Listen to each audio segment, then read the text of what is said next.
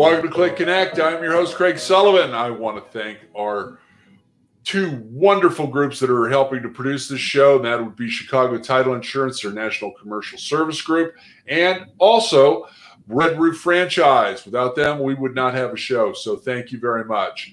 And today's guest is my friend, sponsor of the California Lodging Investment Conference as well, and that is really not a theme or a must to get on the show, but Luigi Major, Managing Director and Partner at HVS. Luigi, welcome to the show. Hi, Craig. Thank you for having me. Glad to be here. We're really happy to have you here, my friend. You've always got such great information for everybody. So let's just dive right into this.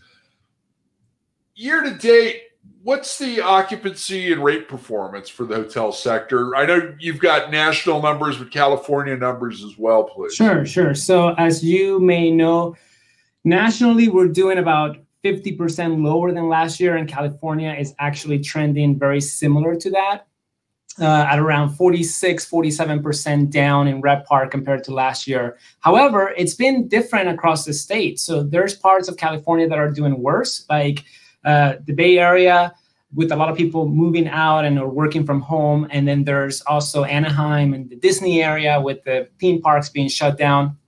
And then there's other parts of the state that are doing okay. I mean, we're still down, but the Central Coast, there's been a lot of people traveling over the summer months and wanting to get away from the big cities. So those areas that are either by the beach, the Central Coast, Palm Springs, they've actually done okay over the last few months.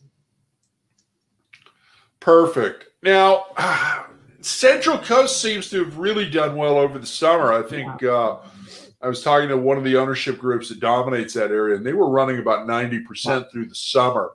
Now, other people I talk to, they say, well, we think that's going to fall off. And I'm not so sure. I think, someone like me, my kids are out. I only got one. He's grown, married, children. Okay.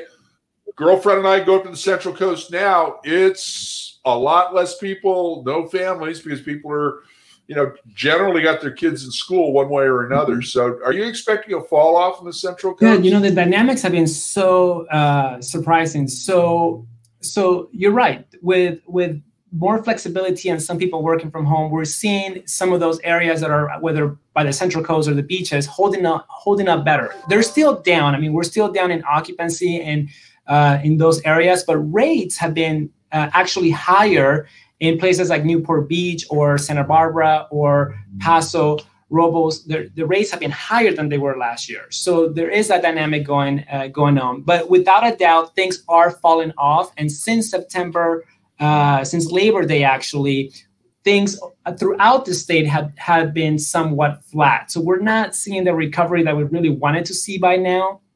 We're hoping we can just ride this out through the winter, and then things can really start recovering in earnest. But you're right. If you're by the beach or if you're in an attractive location, you are doing a little bit better than other parts.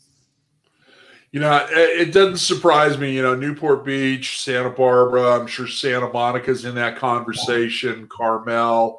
Yeah. What are the demand dynamics for the rest of the country as well, Luigi? Is it pretty much the same thing, or are there pockets that are doing better, worse? What's happening? Yeah, in terms of demand, what we're seeing right now over the last few months in the summer, we saw this was throughout the country. We saw people wanting to get out of their lockdowns and into any hotel. Now we're seeing a lot of the business travel that has to take place. We're not seeing the recovery that we saw. We're not seeing business travel come back in earnest. But if you have to travel for business, we're seeing that pick up a little bit, and then we're seeing a little bit of leisure that is carrying on through the fall as well. But unfortunately, group is nowhere in sight. We every time we do an assignment, we're hearing that the cancellations are getting extended further and further. So now we're seeing group cancellations through the summer of 2021. So we're probably just going to keep relying on this piece of transient business that we've been seeing through the next probably 6 to 9 months at least. Wow. 6 to 9 months. That's going to seem like an eternity for a lot of the big boxes. I know. Yeah. And because of that, if we talk about what's happening to supply, throughout the state, there's been a decrease in supply of about 10%. So some hotels have closed permanently, or they're still not yet reopened from their previous shutdowns in April, May, and whatnot. But there's parts of the state that have more closed hotels. So places like Anaheim or the Bay Area, that decrease in supply is closer to 20%. So that actually has helped somewhat some of the hotels that have remained open, because there's a little bit less competition that they have to fight for the demand. But yeah, that's also going on as we speak. It's a very, very crazy time that we're living through. It is, and let's just touch on Anaheim for a little bit longer. Prospera Hotels, is basically the new Torsadia Hotels in Anaheim. Mm-hmm. They've got a lot of assets there.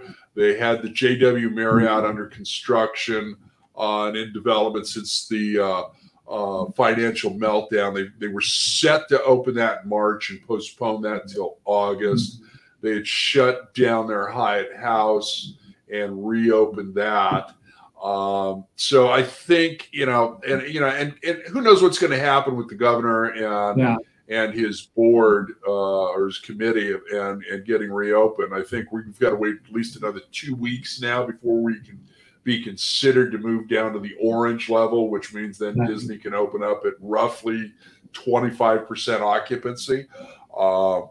But I think overall it hurts, and this is really my question. I want to get your observation. I think it hurts having someone like Bob Iger walk away from that committee. Disney is not only a filmed and television entertainment company, they're a theme park company, and they're a massive hotel company as well. And nobody has been attacked on more fronts by this global pandemic than Disney. I mean, every one of their resorts now is open with the exception of Anaheim. So, is there any chance that Bob Iger is going to return to that committee? I think it does us all a world of good if he is back on that committee. I do feel for Disney, and I agree with the president of the parks division. He just came out saying we have been very successful at opening every single other theme park that we have. So why can't we do the same here in California? So I do think California is being a little bit too restrictive with some of this measure, especially given that it's such a huge driver of the economy for that area and those hotels. It's really unfortunate. My friend, you know what? I want to touch on something with you.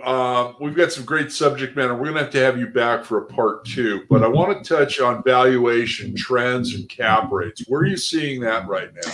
Yeah, so for California, and this is based on information that we get from Real Capital Analytics, for California, the values actually peaked in around 2016, and a lot of that has to deal with what gets sold in what period of the year. So in 2015-16, we had a lot of high price transactions, and that was when we actually saw the peak in values.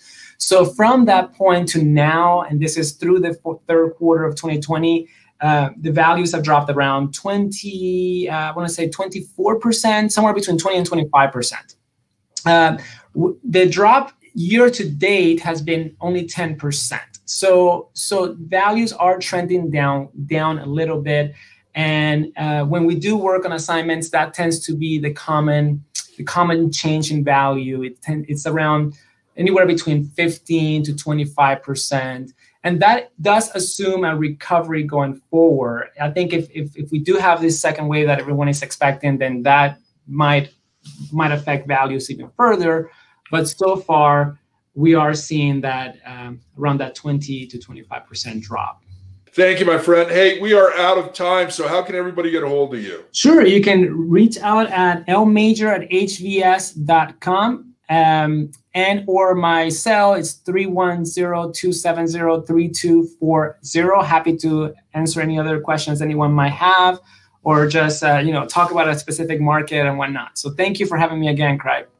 We'll have you back real soon, my friend, and thank you for joining us, and aloha. Aloha.